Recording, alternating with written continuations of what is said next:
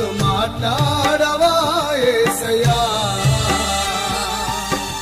నాలో ఏమైనా పాపమున్నదా, నాలో ఏమైనా దోషమున్నదా, నాలో ఏమైనా పాపమున్నదా, నాలో ఏమైనా దోషమున్నదా, పాపము క్షమించి దోషము తొలగించి, పాపము క్షమించి దోషము తొలగించి